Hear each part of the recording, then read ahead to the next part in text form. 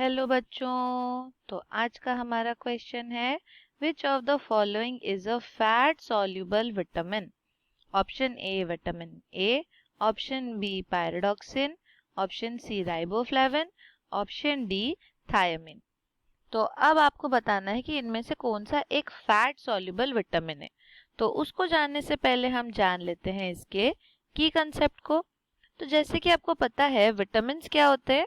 Vitamins होते हैं कुछ ऐसे बायोमॉलिक्यूल जो आपके बॉडी में डायरेक्टली सिंथेसाइज नहीं हो सकते, इसीलिए आप इनको क्या करते हो, इनका फूड के थ्रू इनका अपटेक करते हो, फूड के थ्रू, राइट। और अगर ये आपके बॉडी में फूड के थ्रू आ रहे हैं तो ये जब यूटिलाइज होते हैं तो इनका काम क्या होता है, utilised as growth and metabolism promoter. Metabolism promoter. तो आपके बॉडी में बहुत सारे मेटाबॉलिज्म फंक्शन हो रहे हैं कंटिन्यूअसली। कहीं पे आपका आरबीसी रिपेयर हो रहा है, कहीं आरबीसी प्रोड्यूस हो रहा है, कहीं में कोई और सेल की फंक्शनिंग आप देख रहे हो, कहीं पे ग्रोथ देख रहे हो। तो इन सभी फंक्शन को इम्प्रोवाइज करता है आपका विटामिन।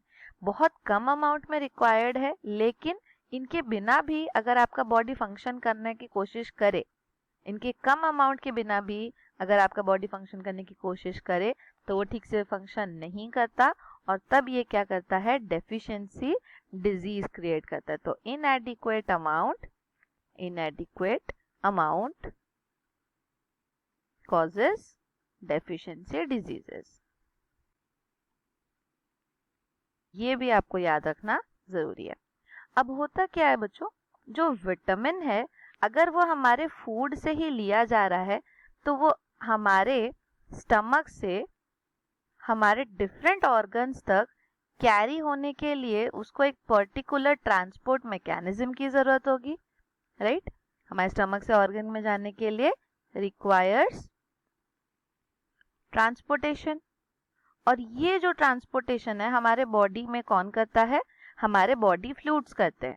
तो हमारे बॉडी फ्लूइड्स में आपको पता है बहुत सारी चीजें हैं, सिर्फ ब्लड नहीं है, हमारे पास वाटर भी है, हमारे पास प्लाज्मा भी है, हमारे पास और भी different different blood body fluids होते हैं, राइट।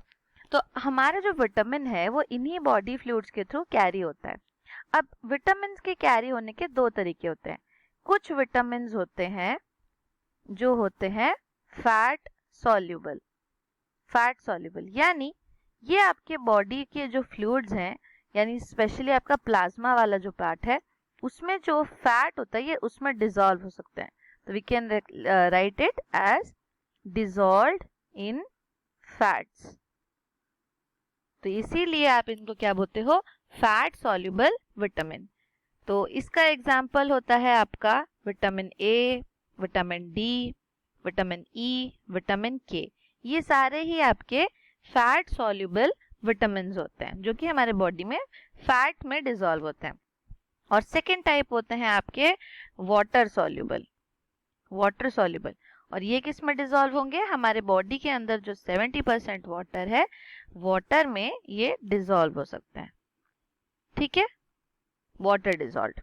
तो इसका एग्जाम्पल क्या है हमारे पास, इनके एग्जाम्पल्स हैं विटामिन बी कॉम्प्लेक्स, यानी विटामिन बी के अंदर जितने भी हैं आपके different different B1, B2, B6, तो वो सारे ही, प्लस विटामिन सी आपका, ये भी आपका एक वाटर सॉल्युबल विटामिन होता है।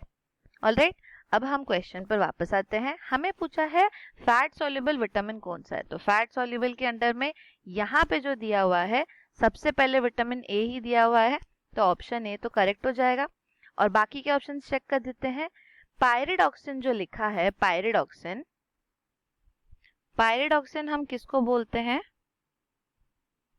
पायरिडॉक्सिन हम बोलते हैं विटामिन B6 को, राइट, विटामिन B6 को। इसके बाद हमें दिया है राइबोफ्लेविन ऑप्शंस में। राइबोफ्लेविन हम किसको बोलते हैं, राइबोफ्लेविन बच्चों विटामिन B2 का ही डिफरेंट नेम होता है बेस्ड ऑन इट्स स्ट्रक्चर। और उसके बाद आपको ऑप्शन दिया है एक थायामीन, और थायामीन किसको बोलते हैं, विटामिन B1 को। तो अभी आपने पीछे देखा था कि सारे ही विटामिन बी कॉम्प्लेक्सेस क्या होते हैं, they are water soluble, they are not fat soluble.